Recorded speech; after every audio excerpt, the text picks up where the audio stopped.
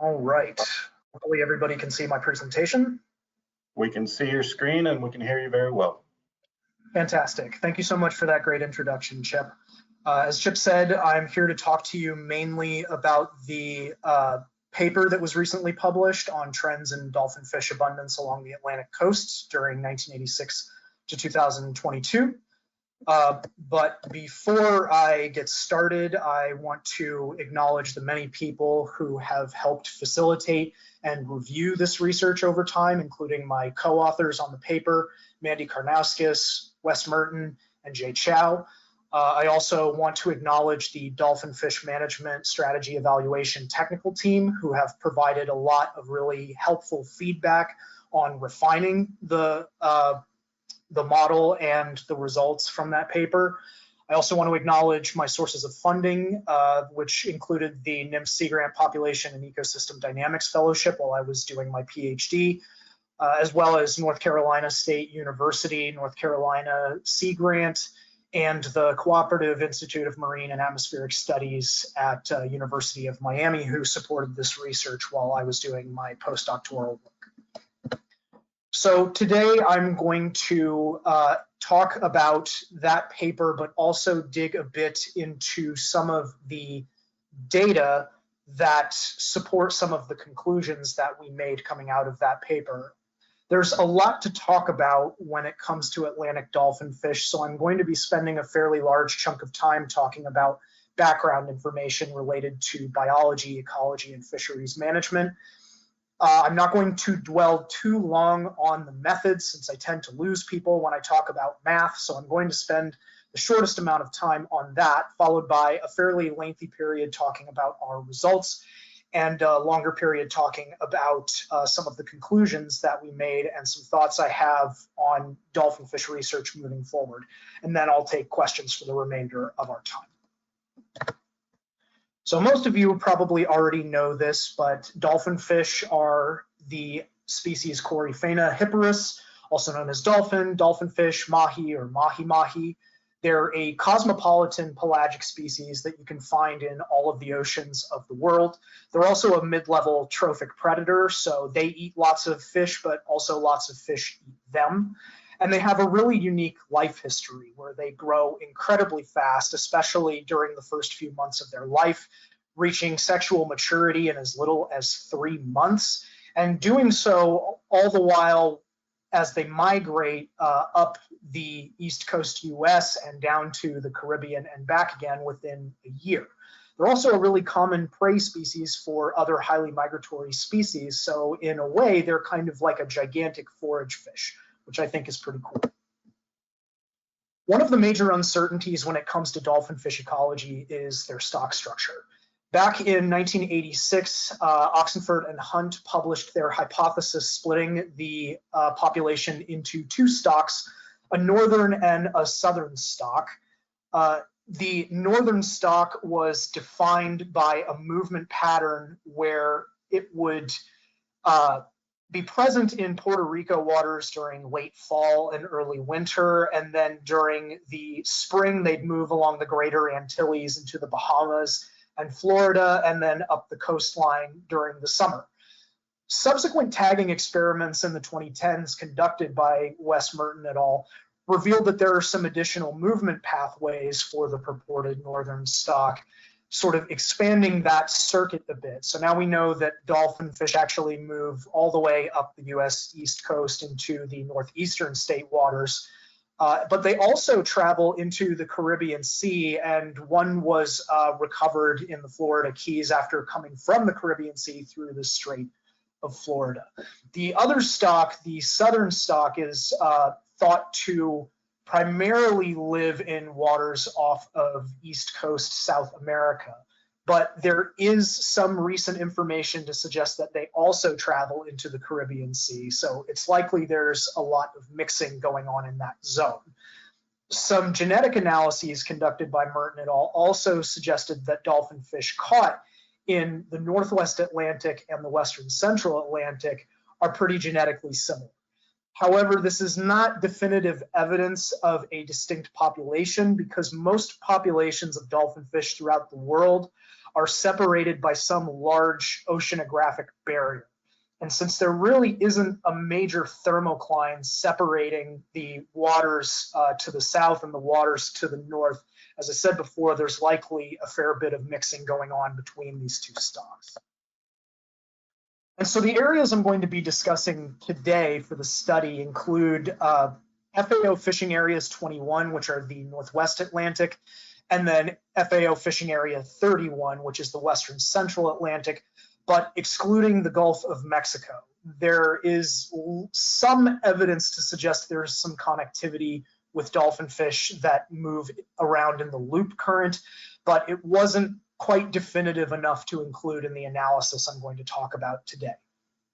So over these boundaries, there are a lot of countries within the Caribbean and a lot of states within the United States with unique commercial, recreational, and artisanal fisheries that this northern dolphin fish stock supports at a lot of different spatial and temporal scales. Internationally, there's not a lot of binding fisheries management. There's no mandate for the International Convention on the Conservation of Atlantic Tunas, or ICAT, to manage the stock, although they do report bycatch under the label other fishes for dolphin fish. There's also the Western Central Atlantic Fisheries Commission, which was established by the Food and Agriculture Organization, part of the UN, back in 1973. But this body generally just provides conservation and management advice. It's not a regional fisheries management organization, and so there's nothing binding about the advice that they give. In April of this year, their Flying Fish Dolphin Fish Working Group convened, and there was a general agreement to do an inventory of available data in the hopes of one day conducting a stock assessment of dolphin fish in that region. Domestic fisheries management includes the East Coast US, where dolphin fish are managed under the Dolphin Wahoo Fisheries Management Plan by the South Atlantic Fishery Management Council, using a combination of an acceptable catch limit and a minimum size limit of 20 inches in Florida, Georgia, and South Carolina, I believe.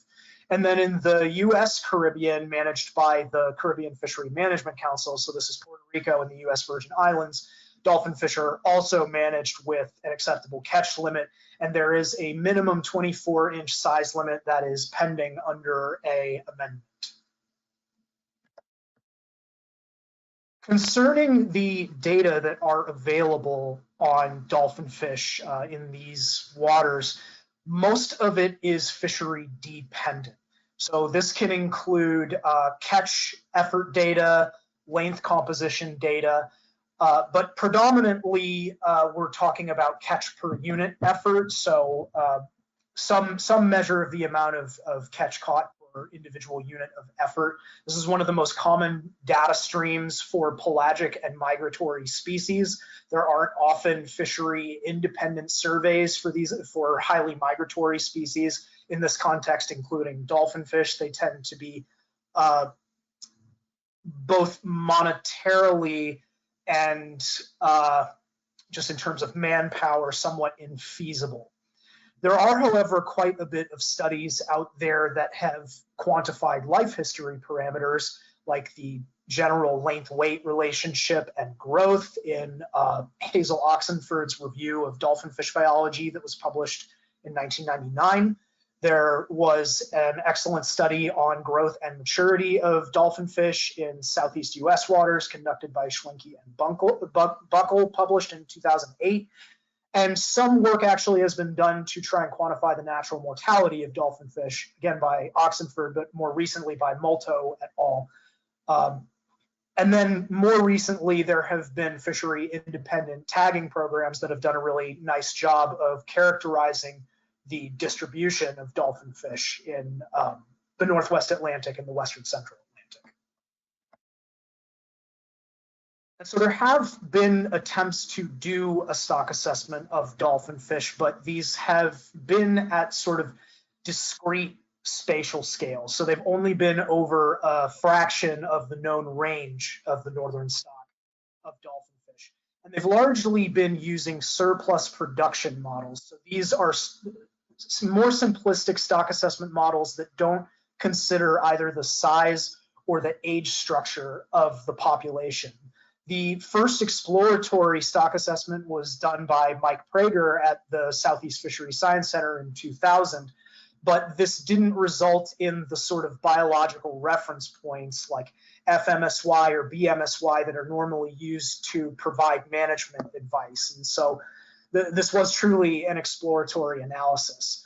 Similarly, an assessment was attempted for the entire Western Central Atlantic by Parker et al. In 2006 and met with a similar result. It didn't produce any biological reference points that were suitable for management. Kleisner, for their dissertation, did a similar attempt using a Bayesian framework and a more spatially explicit index of relative abundance from fishery-dependent catch per unit effort.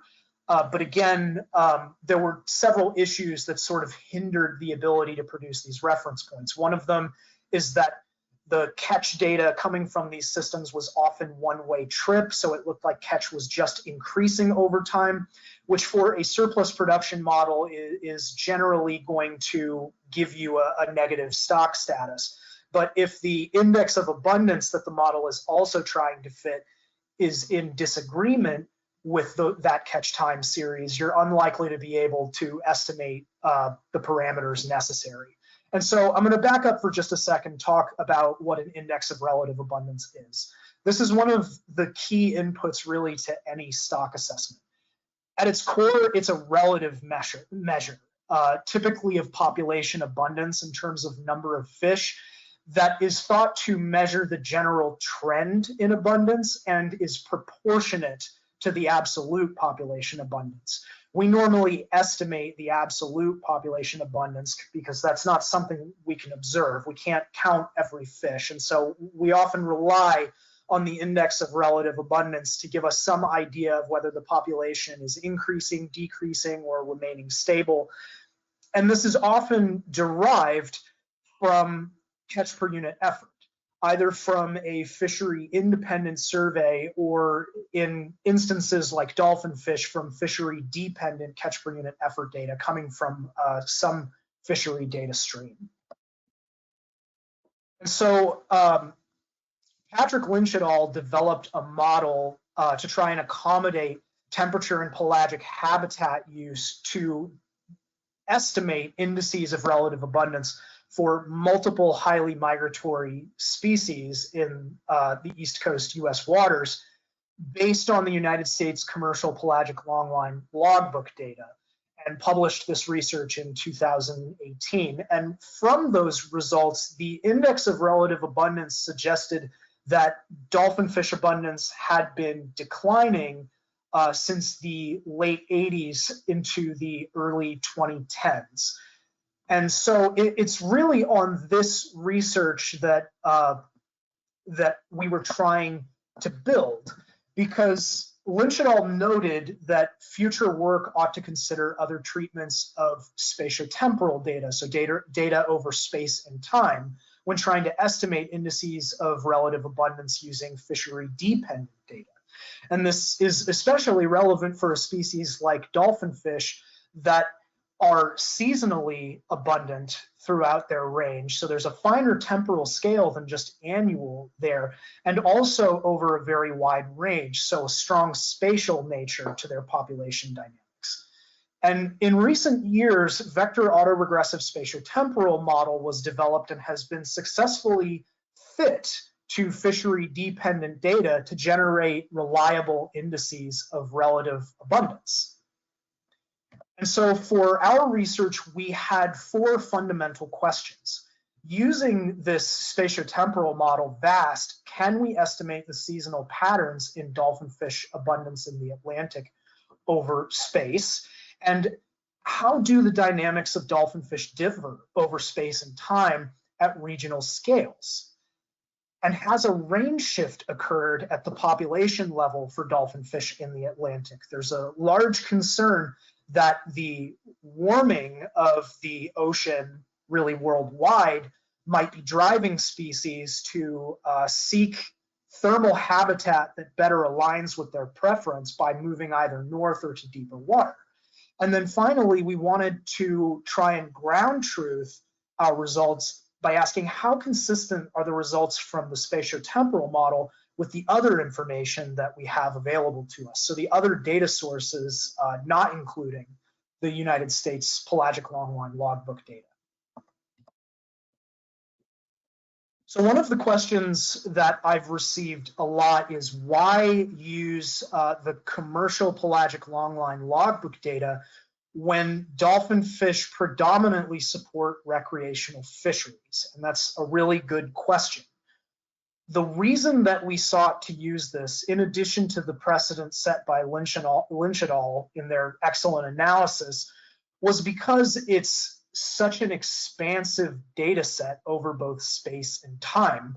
There's catch data to the set level, so that's a daily time step from 1986, the beginning of the logbook program, through 2022, which was the most recent year that we were able to obtain. It also has geographic coordinates associated with each set level catch, and so we're able to really get a picture of catch over both space and time using this data set. Another feature that was sort of incidental with this data set is that the pelagic longline isn't necessarily targeting dolphin fish. There are, of course, some observations where it's a dedicated trip to target dolphin fish, but the majority of them are really targeting swordfish and tunas. And so unlike other fishery-dependent data sets, there's less of a potential for the sort of preferential fishing or sampling bias that we often see in fishery-dependent data sets. And so what I have here on the right is a map of the relative intensity of the number of trips made by the fleet over that 1986 to 2022 period. And so you can see that generally the most number of trips are made off of the United States East Coast, but there is still some fishing in all of these areas. Now, let me take a moment to walk through these naming conventions. These acronyms here featured on the map are actually labels that came from the logbook data themselves. The NEC in the top center is Northeast Coastal, and then moving to the left, MAB refers to the Mid-Atlantic Bight, SAB refers to the South Atlantic Bight, FBC refers to Florida East Coast and encompasses, as you can see, both the east coast of Florida as well as the Florida Keys and the Bahamas. And then below that, CAR is the general Caribbean. And then if we go back up to the top right, NED is Northeast Distant Waters. The SAR region and the NCA refer to the Sargasso Sea and North Central Atlantic, but conventionally, those two areas are generally considered to represent the greater Sargasso Sea. And then this OFS on the bottom right refers to a combination of areas that used to be called Tuna North and Tuna South and is now called OFS for offshore waters. And so there is at least some fishing that has occurred in all of these areas, which is why this data set was useful for a model trying to estimate abundance over space and time. And so we calculated the catch per unit effort as the number of fish that were caught alive and discarded. So every fish that was removed and either discarded dead or thrown back alive per 1,000 hooks. So we set up our spatiotemporal model very similarly to Lynch et al. It includes two models, one that models the probability of a positive encounter with a dolphin fish, and then the probability of a positive catch.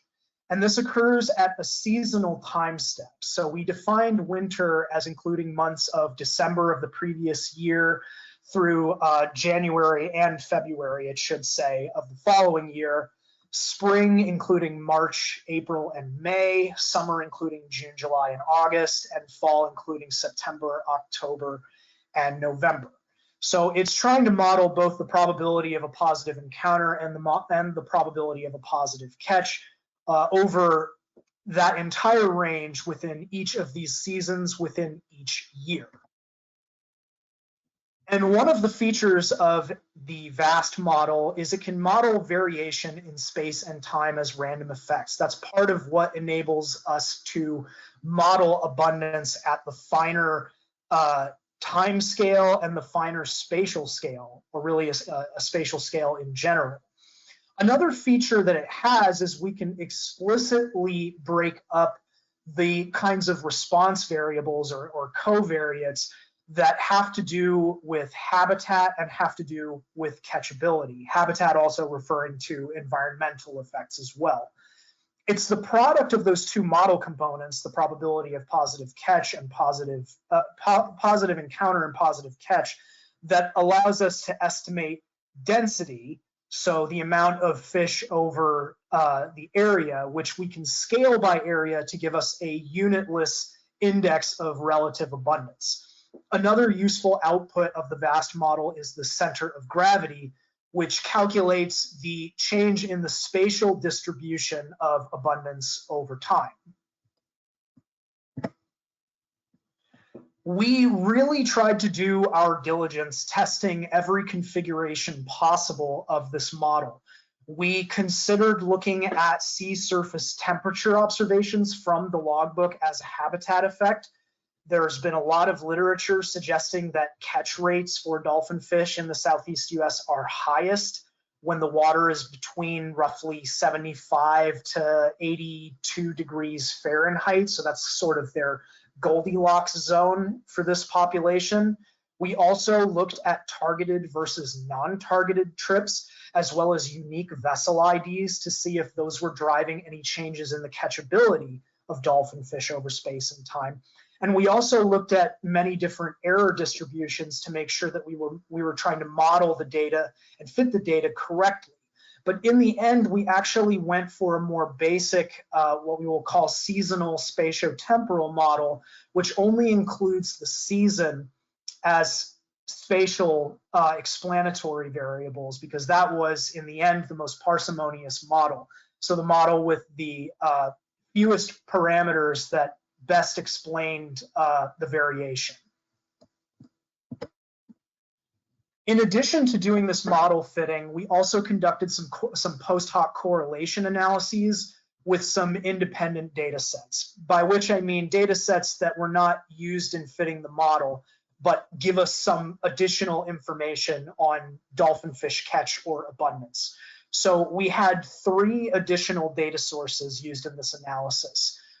For the region that refers to the Mid-Atlantic Bight in the logbooks, we looked at correlations with the Large Pelagic Survey, which is conducted by the Marine Recreational Information Program during summer and fall months in roughly that Mid-Atlantic Bight labeled area. And then we also looked at commercial hook and line catch from North Carolina and Florida for spring and summer seasons and correlated that with the indices from those seasons in approximately that area, so the South Atlantic Bight and Florida East Coast waters. And then we also obtained some data from the Marine Recreational Fishing Program of Puerto Rico's Department of Natural and Environmental Resources, from 2000 to 2019, giving us some tournament catch data during winter, spring, and fall seasons. So we really wanted to make sure that indices for these regions were matching up with some of these other data sets. The primary output of the VAST model is this index of relative abundance for each season over space and time. And so summed over space, we look at it at this seasonal time step, or I'm sorry, this annual time step, but by season. So on the right here, I have each of the time series of the index of relative abundance labeled in color by season. So the deep purple refers to fall, the yellow winter, the green summer, and the blue spring, with confidence intervals highlighted in gray, 95% confidence intervals, sorry. And so what we saw in this is there is some difference in the seasonal abundance if we look at it from the perspective of the entire range of dolphin fish. And generally, it appears to be highest in the spring, followed by summer, followed by fall, and then by winter. What we see in terms of the pattern is that it looks mostly random up until about 2019, where we see this somewhat pronounced decline and then a slight increase from that at the end of the time series. If we zoom in on what this looks like at the regional scale, one of the features of VAST is we can give it some coordinates to divide this index among to try and get a sense of what the population abundance looks like at these regional levels. And so here is the US East Coast from north to south, left to right. So Northeast coastal waters on the leftmost, Florida East Coast on the rightmost. And what stood out most to me is that there's a much higher degree of seasonality exhibited by these patterns. We see in the Northeast coastal waters that summer and spring abundance are generally lined up, followed by fall and winter. And that pattern, again, is mostly random, but we do see that slight decrease in 2019.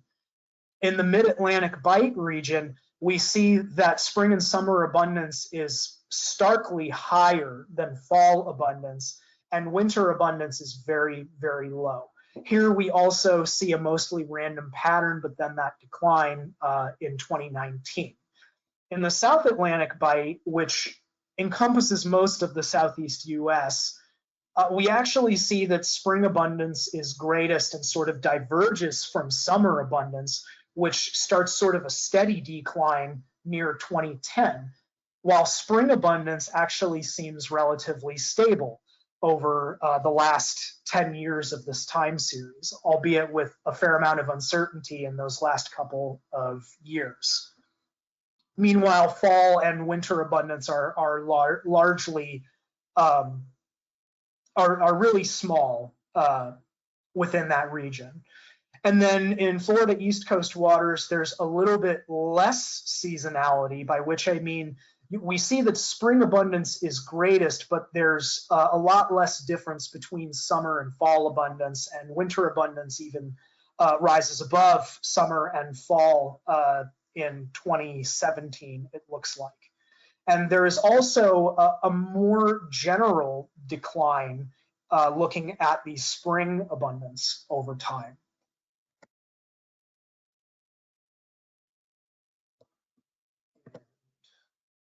Sorry, it takes a moment to load these visuals sometimes. Yep, went too far.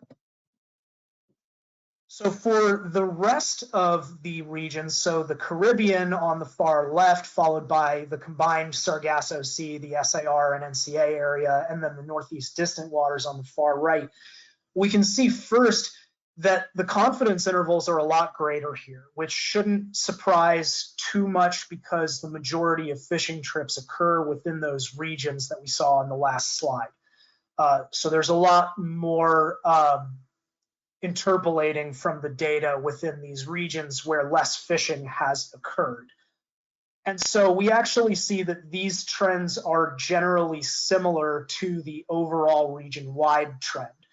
But a notable lack of seasonality when comparing to US East Coast waters. So there's a lot less of a distinction, and actually fall and spring abundance are much closer in the Caribbean region. The Sargasso Sea areas both exhibit very similar trends. We see that relatively stable abundance up to 2019 or 2018, followed by the decline in 2019. Again, a lot of these are less sampled, and that is a shortcoming of the data set, but in general, they look like the index for the whole area. Moving on to the center of gravity. So again, this is the way the model measures the change in abundance over space and time. And it's measured, I should note, in what are called eastings and northings, which are on the y-axis, measured in kilometers. And just to orient you, if the line plots are trending in a positive direction on the left, that means that there's an eastward movement of abundance. And if they're trending in the positive direction on the right, they're moving in a northward distance, and vice versa. So if it goes in the negative direction with eastings, it's a westward shift. And if it goes in the negative direction for northings, it's a southern shift. But generally, for the vast model results featured on the top, we didn't really see a pattern. Generally, these look more or less random to me over time. Now, to make sure that we were properly standardizing these indices using this fishery-dependent data, we compared the center of gravity with that of what we would call the nominal catch per unit effort data. So these are just the raw catch per unit effort. It hasn't been fit with the spatiotemporal model. And we see fairly different patterns. So this is one piece of evidence to suggest that any sort of fleet-related behavior is not likely driving whatever change or lack thereof there is in the distribution of the population over space. And so similarly, we wanted to look at this at a more general seasonal scale. So we did these box plots of the center of gravity. And what they show, again, for the model on the top and for the nominal or raw CPUE data on the bottom, is that there is a capturing of the movement pattern by the model. So if we read this left to right in the eastings plot, what this says is if we start in the winter, there is a westward movement in spring, followed by a slight eastward movement in the summer, and a more eastern movement during the fall. And then in the northings, if we start here, we move north from the winter to the spring, a little further north in the summer, and a little further south in the fall. The way I like to think about this is if we layered this on top of this, it would actually look a lot like the generalized movement circuit that was defined for the northern stock by Oxenford and Hunt and expanded by Wes Merton's tagging data.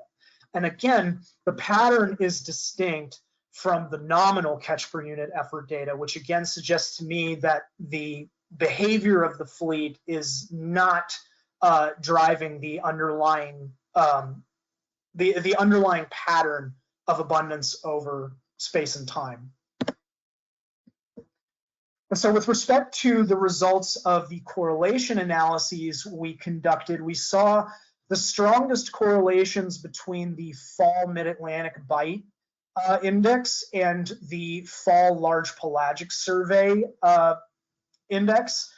And then we also saw a large correlation between the summer Florida hook and line commercial fishing data and the summer Florida East Coast index. And then we saw quite a bit of positive correlations between the fall and winter Puerto Rico tournament data and the spring, winter, and fall Caribbean index. So this suggests that the indices of relative abundance estimated with the spatiotemporal model are producing trends that are seasonally consistent with the other seasonal data where it's available.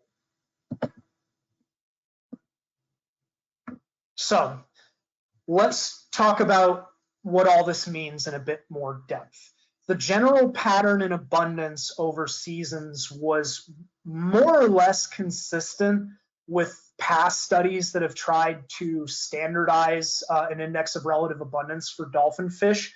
One of the things we noted was that with the addition of several more years of data, we didn't really see that decline that Lynch and al. Saw in 2013, which suggested to us that that was perhaps a lower year of abundance, but not compared to the overall pattern of abundance over more years.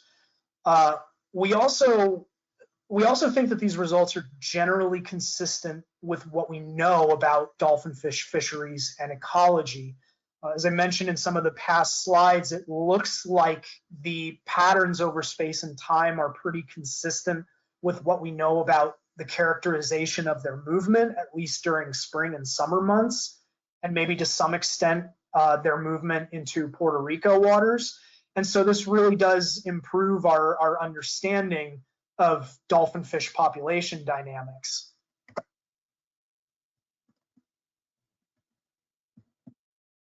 Another thing that really struck us was how consistent some of the regional trends were with perceptions of local abundance or regional abundance. So here I'm showing the South Atlantic Bite Index trends again versus the Florida East Coast waters, where I want to point out that we've heard that for folks fishing in North Carolina or in some cases the Outer Banks of North Carolina, dolphin fish abundance has been stable in some years relative to other places, whereas we've heard a lot, especially from folks in the Florida Keys, that there's been a stark decline, especially over the last 10 years. And we see that in the spring index here on the right. And so it's interesting to see that everybody is kind of right in what they're saying about how dolphin fish is doing along the East Coast US. We also we've also learned that the Caribbean index is generally consistent with other data, catch data that Puerto Rico Department of Natural Resources have collected. And I've also seen trends from the indices of relative abundance that Freddie Arocha has put together, and I failed to cite him here, apparently, apologies for that, that have shown that those trends actually look a lot like this Caribbean index. So it seems like the Caribbean indices are generally consistent with the other data streams that are coming out of that region, at least those who are reporting.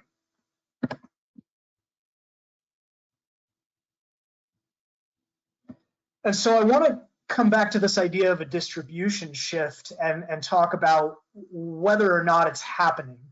We didn't really see a population level distribution shift based on the center of gravity, but we do see those regional differences in especially the spring abundance of dolphin fish, which may suggest that the timing of their availability is changing. And we've also learned that a distribution shift has occurred near similar latitudes for Pacific dolphin fish. So it's not impossible that it's occurring, but we didn't see it in this analysis. And so one of the fundamental questions here is what is driving that recent decline in abundance? And so we have two hypotheses that aren't mutually exclusive.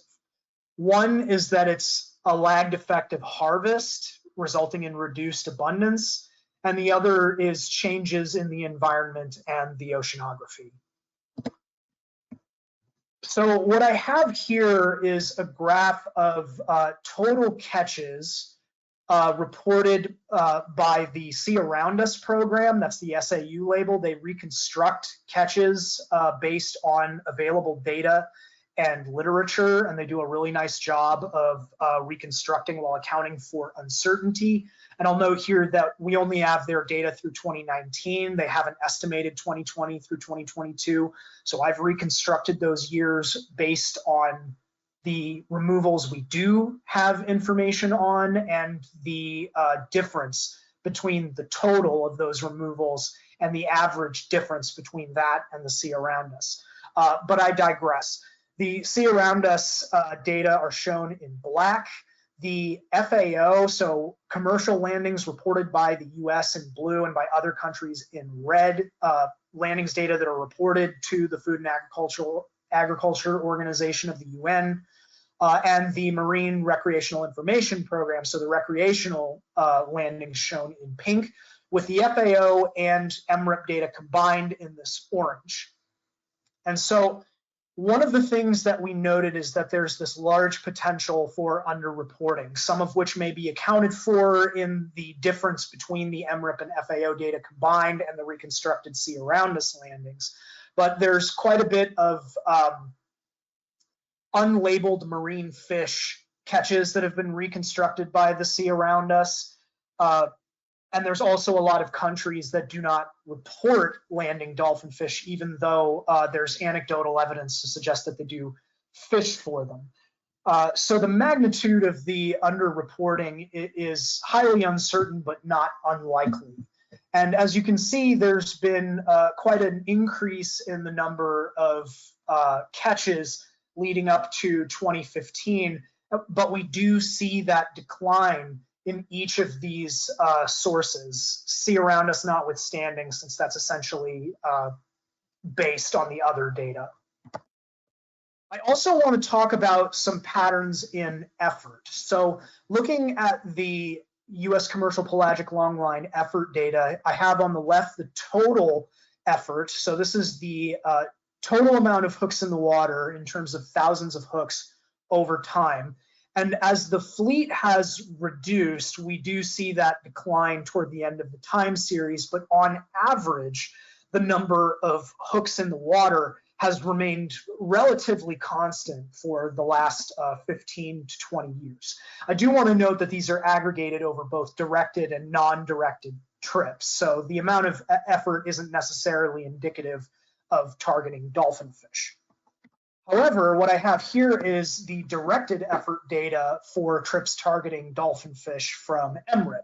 And so on the left, I have the amount of effort and the number of trips for private recreational fishing, and then in the center for hire, and then on the right, the total number. And in general, this has also remained relatively constant, although effort in the private recreational fishery does decline with abundance in 2019. So that appears to be tracking with the availability of dolphin fish.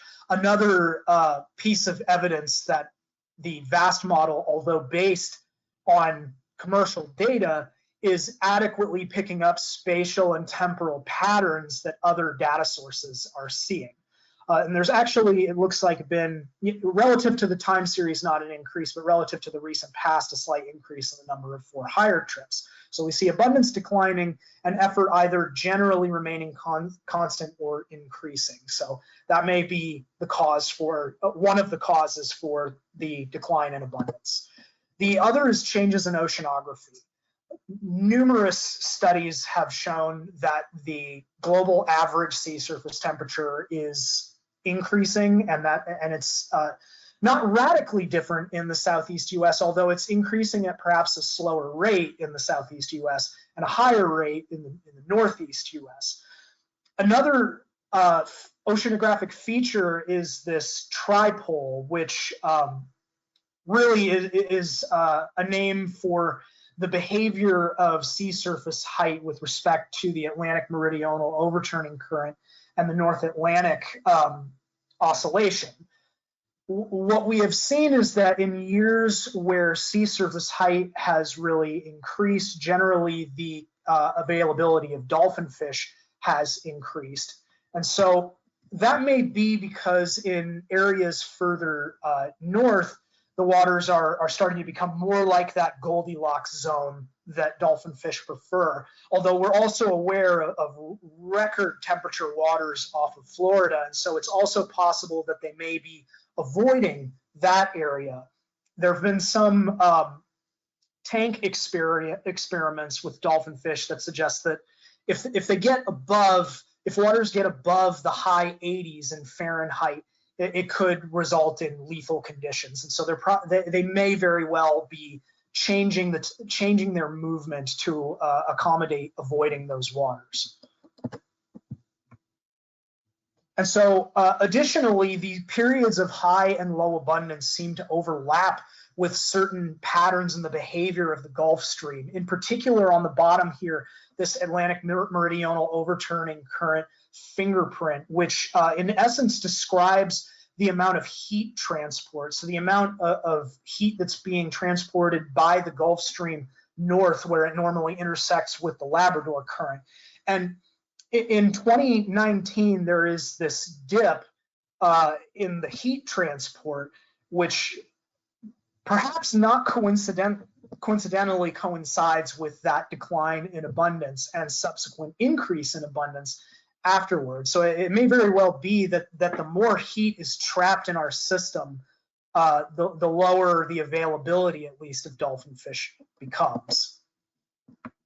And so the general conclusions that I really want you to walk away from this talk with is that we got a better understanding of dolphin fish population dynamics over space and time, and really provided the first set of standardized indices of relative abundance for dolphin fish over their known range at seasonal and spatial scales. And that it's probably a combination of both the effects of fishing and the environment, as it often is, that's driving abundance here. And then at least in our model, they're really confounded. And so there's a lot more work needed to try and tease apart those effects of fishing versus the environment. So every study has its caveats, and I want to be honest about this one. There's no age or size structure in this model, and so everything is being treated sort of like biomass. And so there's no way to try to be able to quantify any of these changes in abundance that have to do with fish ontogeny over space and time. And then I also noted the spatial limitations of the pelagic longline data. The most intensive sampling, so to speak, basically the most fishing, is along the East Coast US. That's why those confidence intervals are much tighter. But there still is some fishing that's occurred in those other regions, which still makes the data useful. That being said, there's probably other data sets we could try to use to complement this in future analyses. I also want to note that the model was really sensitive to those alternate configurations, and that really the best model, the model that we went with, was also the most stable model. And also, there's a lot of discussion about sargassum and the relationship of dolphin fish to sargassum, and I do want to touch on that very briefly. We know that sargassum alters the catchability of dolphin fish, sometimes for the better. If you're further north along the East Coast US, they're often found along the weed lines, and that's where the fishing is best. But they can also, sargassum can also hinder catchability if it's too abundant. And statistically, there hasn't really been a relationship that's been teased out between the two. There was a study conducted by Hazel Oxenford that looked at the relationship between catch rates of dolphin fish and flying fish in response to the huge influx of sargassum. They didn't find really a pattern. And so that's an area of research that also needs more work before we can really determine how to include something like sargassum in our models.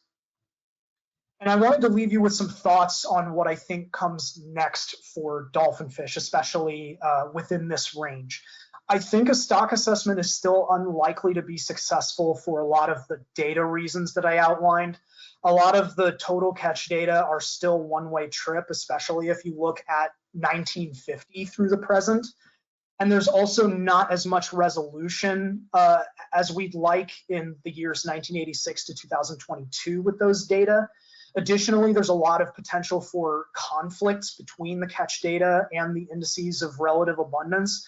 And most of the data that are available out there are not at a seasonal time scale, and they're not really spatial. And we've learned, at least from this study, that the population dynamics of dolphin fish are highly seasonal and highly spatial. But if we can either improve data collection at those scales and get more high quality movement data, especially during those fall and winter months, it could make something like a spatiotemporal surplus production model a viable way forward. And I also alluded to this before, we should consider trying to combine, or as we say, calibrate multiple data sources in future applications of this model, perhaps to set up either a size structure or an age structure to better quantify the ecology of the fish. And then lastly, I do think the dolphin fish management strategy evaluation that is ongoing is likely the best vehicle moving forward, given all of the different unknowns related to dolphin fish population dynamics as well as the data. And so with that, I am very happy to take any questions that you have. Thank you, Matt. I am going to take back control and just go over how to operate the webinar real quick.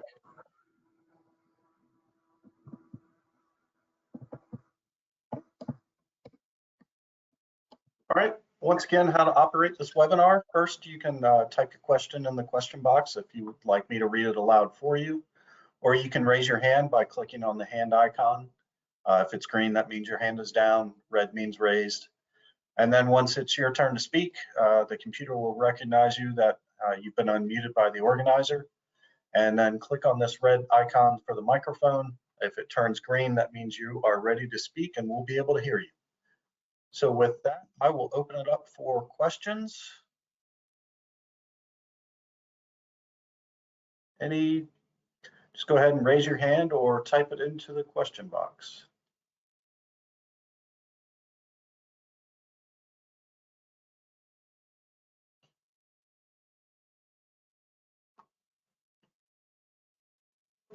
So I'm not seeing any hands right now, but let me ask you a quick question. I heard you compared to the Lynch paper from 2018. I was wondering if you had rerun your data set to see if you found the same overall trends if you truncated the data to 2013 like his data set was truncated. No, that's a really good idea. I hadn't considered that. All right, and Marcel, you are unmuted. Can you guys hear me? Yes. Yes. Thank you. Very, very cool work. I have a question about one of your caveats in terms of the age structure. You mentioned that this is a fast-growing fish that reproduces often within the first year. How big of a caveat do you think that is relative to just looking at the biomass? That's a good question. This is suspicion on my part. I suspect that the age structure probably doesn't matter quite as much as the length structure in this case, since dolphin fish seem to rarely make it to 2 years old, with the occasional ancient 4-year-old fish. Looking at it at a seasonal scale may make up, a seasonal scale for biomass may make up for the lack of age information. Thank you. I'm thinking about that because if I remember correctly, they're relatively difficult to age, and so if the length information would be useful too. I'm just thinking about for future thought, the best bang for your buck.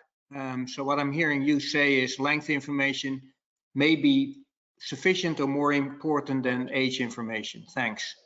Yeah, I completely agree. I think that if we were able to do something like break the population on a size basis into recruits or recruits and adults even, that might be useful.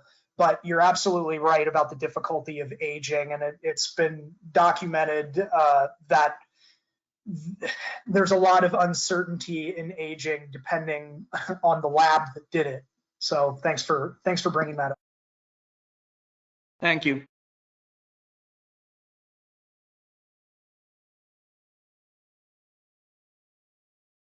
All right, there's a question in the question box. Is there any evidence for significant change in growth rates? How about the spatial variability in growth rates? Not that I am yet aware of. I know that there is ongoing work looking at that specifically by a colleague in Brazil for the southern stock, but I have not seen anything recent that has quantified any changes in the rate of growth in our area. However, there was a recent paper published by Paul Rudershausen that compared Ketchit's size from tournaments up and down the East Coast that suggested a size truncation. And that's the most I know at present.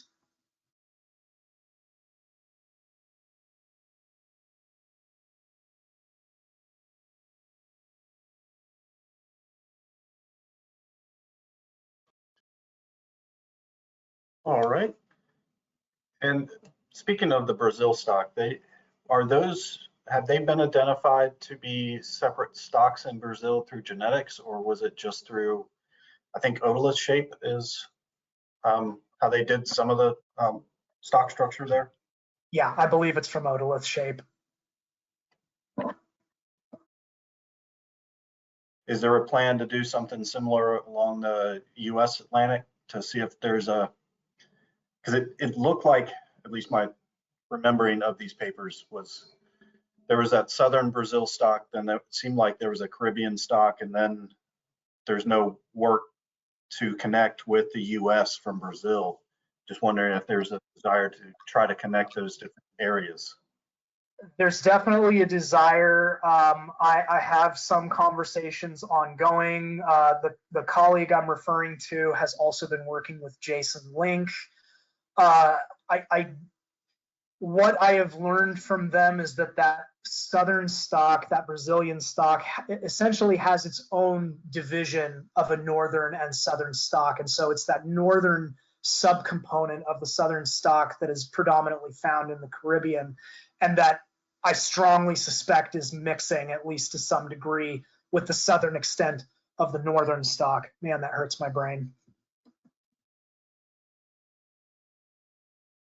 Yes, mine too. Thank you for that answer.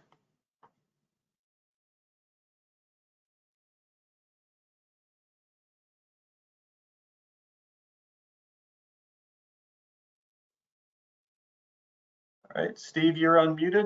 If you want to unmute on your end, there you go. Yes, can you hear me? Yes. Yeah, in the plot of seasonal patterns across all regions, it seems to me that the sharp decline at the end of the time series occurs in 2020 rather than in 2019. Am I missing something there? Now you've got me second. Give me just a sec to zoom in on that.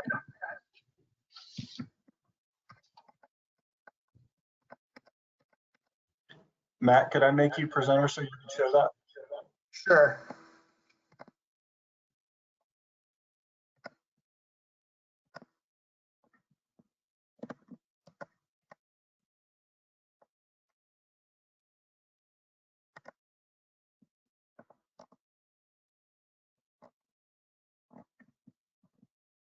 Sorry, these high definition images sometimes cause it to stall. Yes, Yeah. this one. You are correct. It's 2020. I misspoke. Thank you for catching that. So that then doesn't correlate with the decline in MRIP effort in 2019.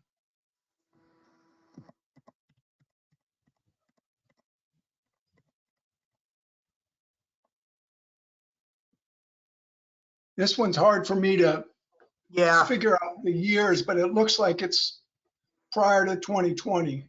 I think that is 2020. Okay. All right. Well, that correlates with COVID, and I have no idea what that would imply. You know, it would imply that something about effort impacts your index of abundance, but I have no idea if that's real. I don't think that's the case here, because the effort information that we're providing the model is coming from the commercial data. I think the fact that the estimates are showing something consistent with the MRIP data is actually evidence that there's a larger spatiotemporal pattern in play. Fine. Thank you. Sure.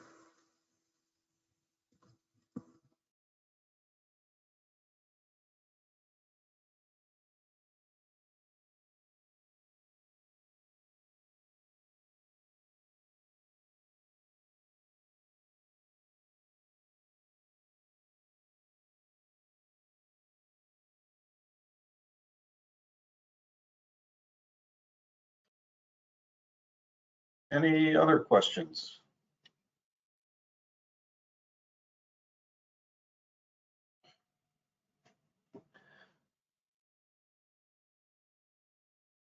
So another question I'm interested in is, you know, dolphin fish are, it appears most of them are migratory, but off of Florida, you can almost catch them year round. Do you have any explanation for that? Why that some might be there year round and others seem to be making that full loop migration? If I remember correctly, I think that warm water, kind of Goldilocks zone temperature eddies that break off from the Gulf Stream can keep dolphin fish happy in one area for a while. And that's one potential source of what we would call these resident fish. But I don't have any insight beyond that.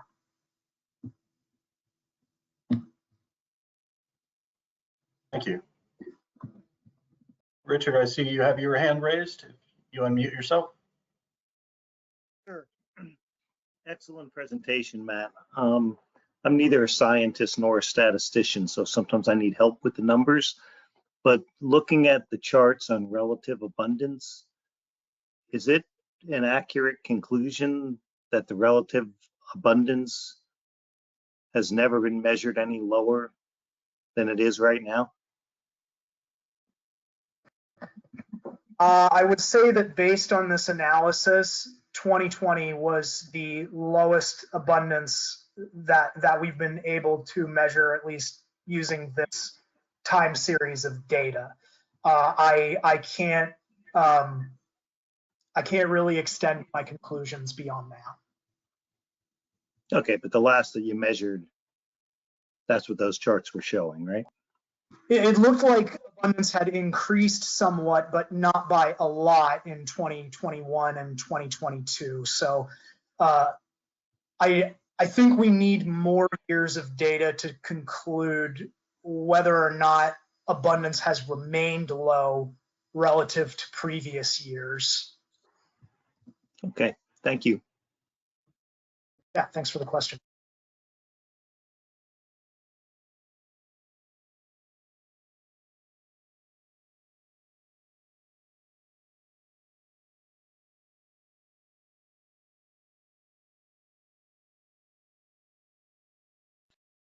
Any other questions for Matt?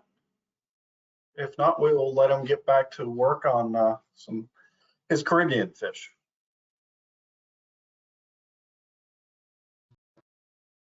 All right, thank you so much for having me. There's one more question. Are there any other current studies going on for dolphin fish? Is that what you meant, John Reynolds?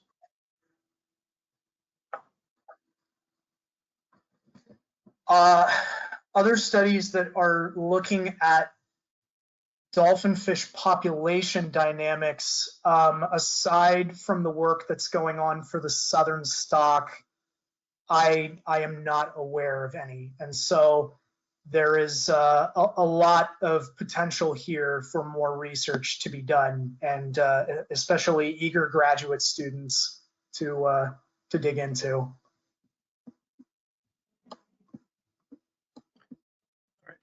I've unmuted you. Oh, sorry, John. If you unmute yourself, John. Thank you. Sorry, navigating on the phone was a little more challenging for me, it seemed like. Okay, so, but there aren't any other current studies that we're aware of or taking into management from South America or anything at the time?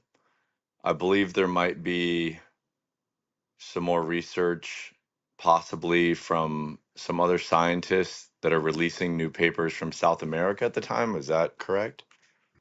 Are you referring to the paper that just got published by Freddie Rocha? So I believe so, yes.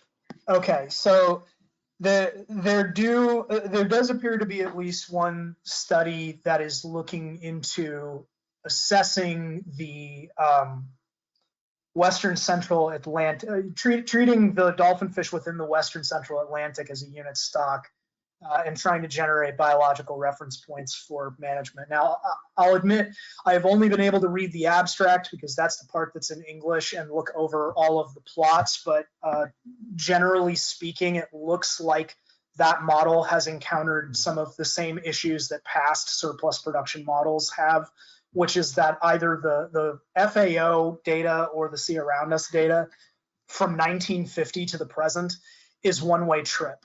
which means that pretty much no matter what, your stock status is going to come back overfished and overfishing is occurring, which I'll say is not necessarily going to be untrue. That may very well be the true state of the stock, but we were not able to tease that apart from the issues that the data is causing the model, if that makes sense.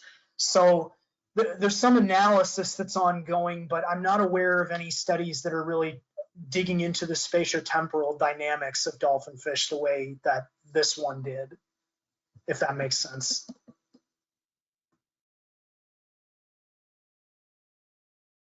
Okay, yeah.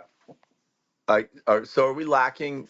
Would it be helpful if we are in Florida, being on a charter boat that fishes as much as we do and involved in the tagging program?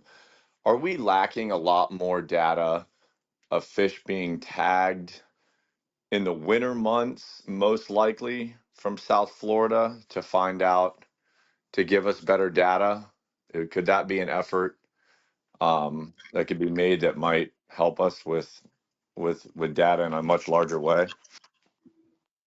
Potentially, yeah. So one thing that occurred at the Dolphin Fish Flying Fish meeting, Dolphin Fish Flying Fish work group meeting of WCAFC was Wes was there, and he solicited support from some of the member countries to participate in the tagging program. So I suspect that in concert with more tagging during those winter and fall months, and I think particularly recaptures during those fall and winter months, is likely to help give a more complete picture of that movement pattern, which I think will then lend potentially to moving to a spatial framework for an assessment, even if it's still a surplus production model that's using mostly catch data and an index of relative abundance.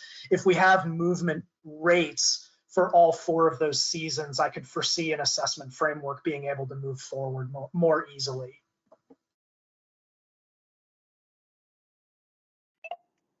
Okay, thank you, Matt. Thanks for all your work, man. Thank you. Yeah, thanks, John.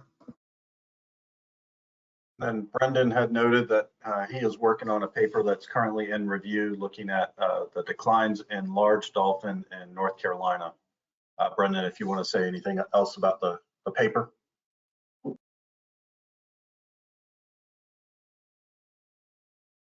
I think I'm unmuted now. Yeah, nothing really to add other than that. I wasn't quite sure where the previous question was going.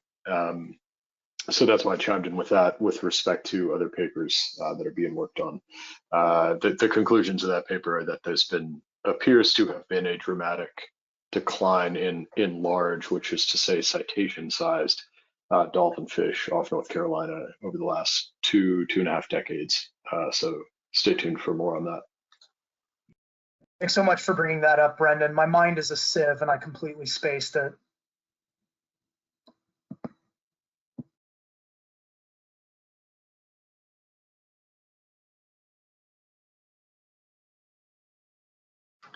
Any other questions?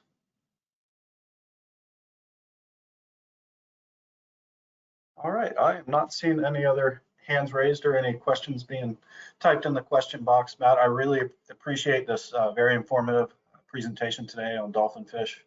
I know council members will be like to see this, and if anybody wants to see this again, we will have it recorded on our webpage, hopefully later this week, if not by the end of next week. So it'll be available for others to watch. With that, thank you. Go ahead, Matt. Oh, I was just saying thank you. Sorry. No. It's always awkward at the end trying to get all the thank yous in. So we appreciate the time, and please email me if you have any suggestions for other topics for next year for our seminar series. Thanks, everyone.